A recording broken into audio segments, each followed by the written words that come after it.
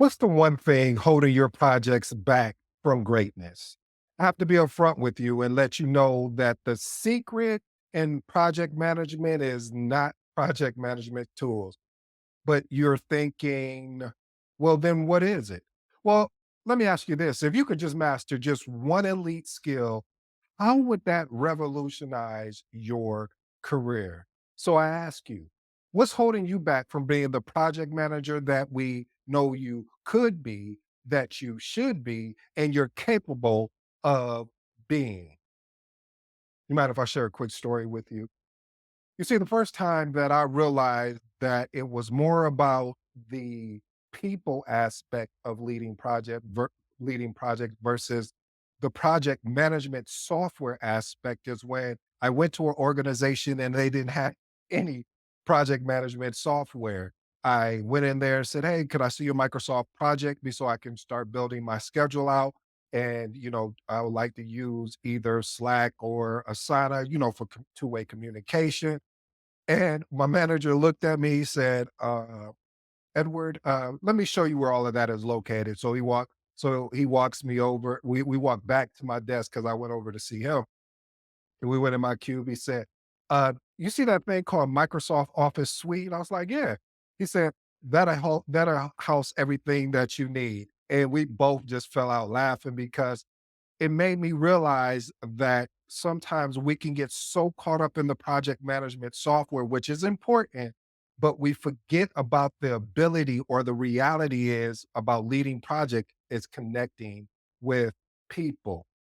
Let me get into my 8-point framework and then I'll let you be on your way. First point, adopt a solution orientated mindset. Family, if you've been paying attention, if you've been watching, if you've been attuned to what I've been delivering, you know that dwelling on problems can stall progress. So having the ability to be solution orientated and quickly identify alternatives and turning setbacks, oh, I love this, into opportunities for improvement is going to be key. Here's an actionable tip. For every problem, require your team to propose at least one potential solution during discussions. Like I always said, when you're hired as a project manager, they are hiring you to think. What do I mean by that? That translates into don't go to your sponsor, don't go to your PMO office, don't go to your direct manager and say, hey, this is the problem. And then kind of, it's just like you're leaving something there and walking away. No, go there and say, hey, the team and I propose a couple solution or one solution.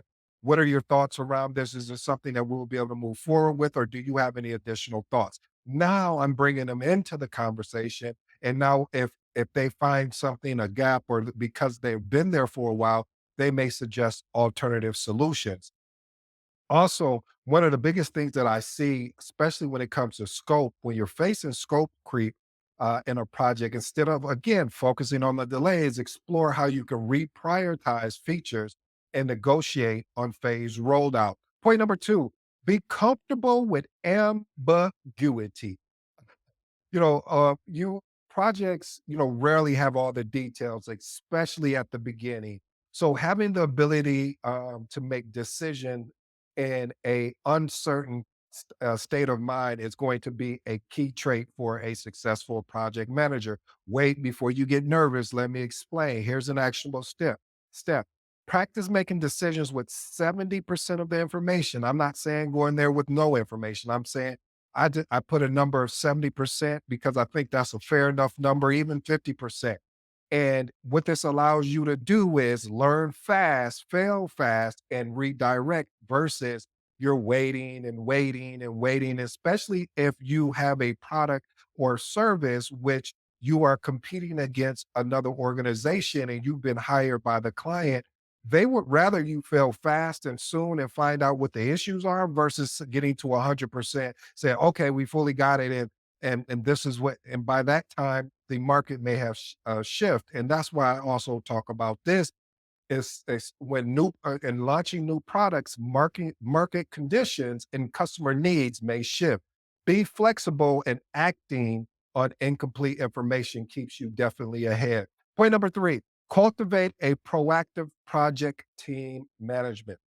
What I mean by that is managing project teams' expectation. Where do frustration comes from? Lack of expectation, especially after issues arise. You want to be, instead of being reactive, you want to be proactive. When you're proactive, it often leads to less conflict. I'm not going to say you're not going to have conflict, because you definitely will. But proactively addressing needs and concerns definitely builds the trust, as well as it brings the team together, which equals, in my opinion, a collaborative approach. Here's some actionable tips. Implement regular check ins with key project team members to update them on the progress, even if no major milestones are reached. Early communication with project team members about potential roadblocks prevents misalignments when challenges emerge. Point number four, refine your communication strategies.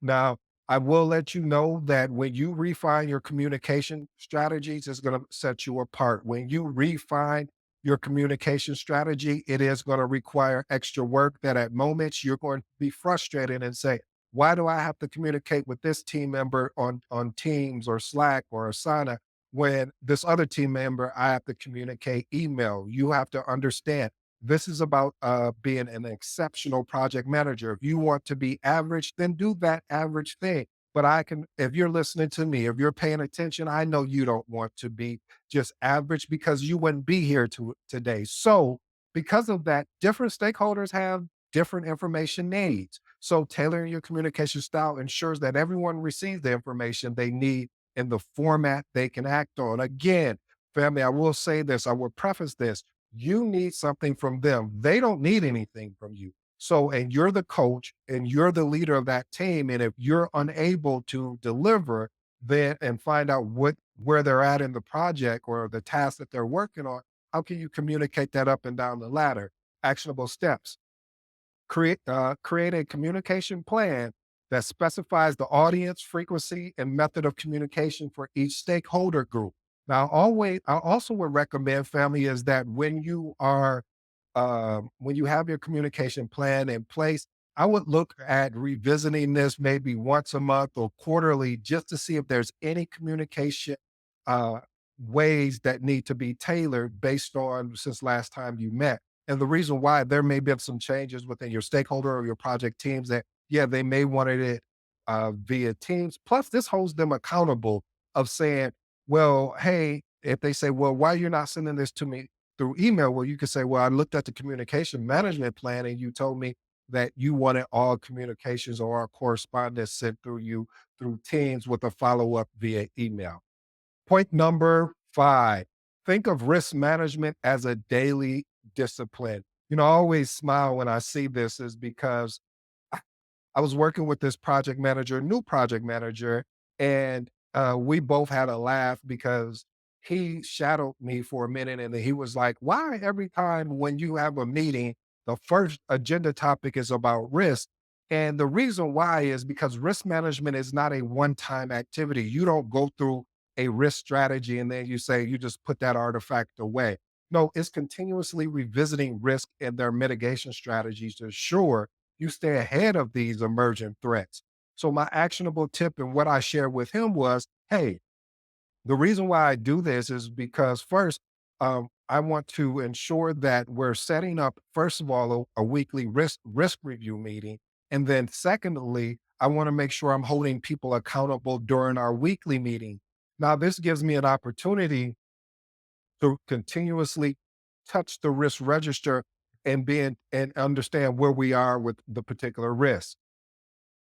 Point number six, embrace adaptability. Projects often face unexpected changes as well as challenges. Being an adaptable project manager, that one that can pivot quickly and adjust plans and resources to maintain progress towards project goals, sets you apart, family. I don't know how many times that I've had to pivot. I don't know how many times I've had to adjust resources because a resource either got promoted, decided to leave, etc. So having that ability to be, to adjust is key. Here's an actionable tip: develop a multi-scenario plans, like a what if plan for major components, outlining potential changes as well as response strategies. And one of my biggest things that I know sometimes from these seasoned project managers I may get pushback on is the ability to build time buffers into the schedule. Why do I do that? Because over my decade of experience, I've noticed that, and this takes time. And when I say it takes time, because if I'm at a new organization, I have to learn the project team. And by learning them is giving them a task. And if they say, well, yeah, I'll have it back to you by next Friday, and next Friday shows up and they don't deliver it, then I'll say, okay, I'll keep a mental note of that and then give them the next task. And then you start kind of seeing where the gaps are. And so when they tell you, next Friday, then you say, okay, that probably means Monday or Tuesday of the following week. So it just is it's just a practice. So I always do put a little buffer time in there because it's better to come in under schedule than to be over schedule. Point number 7, lead through influence, not authority. This is something when I first got into project management, I thought it was all about authority, but it's not. It's really about influence. True leadership in project management comes from inspiring and influencing others, not just simply just giving directives. I always use the quote from John Maxwell when he said, everything rises and falls on the leadership. So you are in a leadership role, even though you have even though you have a project team that does not report to you. So this makes it even more that you have to be more influential with that team. And plus, family, being influential allows you to build credibility through expertise and relationships. Here's my actionable tip: invest in time and relationship building. And one of the things, I'm being very transparent with you, family, because this is what I do here, is active listening. I am working on that. I'm continually to work on that. I'm really great with relationship building, but when it comes to active listening, I just want to go ahead and solve the problem instead of allowing someone to talk through. Because sometimes people need to talk through things, and yeah, you may know the answer, but it makes them feel good to talk through it, and then you can listen to where they're coming from. And this allows you to gain trust from them, as well as you start gaining trust from them as well. So basically what I'm saying there, because that kind of sounded funny, but what I'm saying is it develops a trust between one another on the project goals. If you are uncomfortable about, or I shouldn't say what use the word uncomfortable, if you're someone that is really not good in relationship building, I would recommend putting on your calendar of meeting with your project team. So it would look like this. Let's say you have people on your project team. I would set up a date on my calendar. So Monday, I'm going to meet with John. Tuesday, I'm going to meet with Sarah. Thursday, I'm going to meet with Ron. Uh, I said Thursday. Wednesday, I'll meet with Ron. Thursday, I'll meet with Becky. And then Friday, I'll meet with uh, whoever is the other person, Edward. Okay. But the point I'm trying to make, family, is that setting up like a 15-minute or even a 10-minute touch point just to say, hey, just want to check in with you. How are things going? Is there anything I can do to help you? How's the kids? I heard they were going to college, etc. Things like that. Really quick check-ins to talk. First of all, I would lead with personal information and then I'll close it off with business. All right. Point number 8: create a culture of accountability. Clearly defining roles, responsibilities, and expectation. You know what I always talk about here and I speak about so clearly is reason why project team members as well as stakeholders get frustrated is because they have a blurred vision of what the expectations is. So being able to communicate those expectations clearly and often will foster ownership and accountability. When everyone knows how their work is contribute to the project, this increases the motivation. Actionable tip: I would recommend using a RACI matrix, which the acronym for RACI is responsible, accountable, consult, inform for each task. And most of all, maintain a focus on the outcome of what is expected. Don't get so caught up in the results. Here's an example.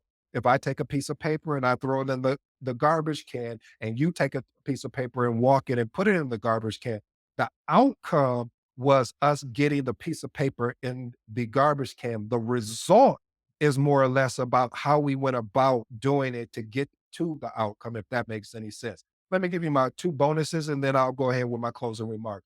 First bonus: practice effective delegation. As a project manager, to be able to practice effective delegation, your role shifts from doing to leading. I got pushed back on that last year from for one of the family members was like, well, they need to pay me more if I'm doing it instead of leading. And it's like, I'm sorry, it doesn't work like that. Have you ever read the fine print at the within your job application or the job board where it says other duties may apply? And anyway, if you have an opportunity to help one of your fellow project team members, why wouldn't you jump in to help out? So effective delegation really does free you up to focus on high value activities while empowering your team. Here's some actionable tips. Identify tasks that others can handle and provide clear. I said, provide clear. I said, okay, you get where I'm saying. Provide clear instructions while allowing autonomy in execution. Key sentence right here, or phrase, or statement. Remember to trust, but definitely verify what the task they said they're going to complete. Last and final bonus, master resource optimization. Effective resource optimization involves allocating and managing project resources. This can be people, time, money, and equipment in the most efficient way possible to achieve project objectives. Actionable tip, implement resource leveling techniques. Now, you can use this in Microsoft Project, so you can basically balance workload across your team, which what happens here, this allows you to prevent burnout and maximize productivity. And my final actionable tip on that is really connect with your resources to see if you can identify any skill gaps that can really help your team to seek any additional training that's required. Here are my three closing remarks, family, and I appreciate your time today. First one, refine your communication strategy. Like I said before, different stakeholders, different project team members, you have to tailor your communication style that ensures that everyone receives the information they need in the format they can act on. Create a communication plan that specifies the audience, the frequency, and the method of communication for each stakeholder and project group.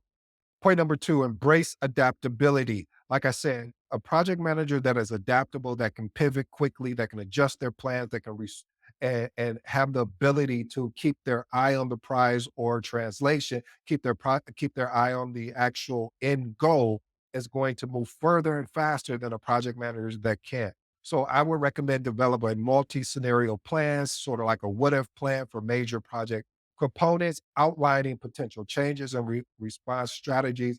And the one that I know seasoned project managers sometimes have issues with, and that is just incorporating buffer periods in your project schedules for any unexpected delays. And then my final and last point, adapt a solution oriented mindset. Like I always state, family, don't go to your PMO office or to your sponsor or to your manager with just a problem. Provide a proposed solution, and hopefully you sit down with your team to work on that proposed solution that you can actually present. Family, I hope you enjoyed today's episode. Again, I go by the name of ED. For all you smart and intelligent folks, listen, that just simply means Ed. Until next time.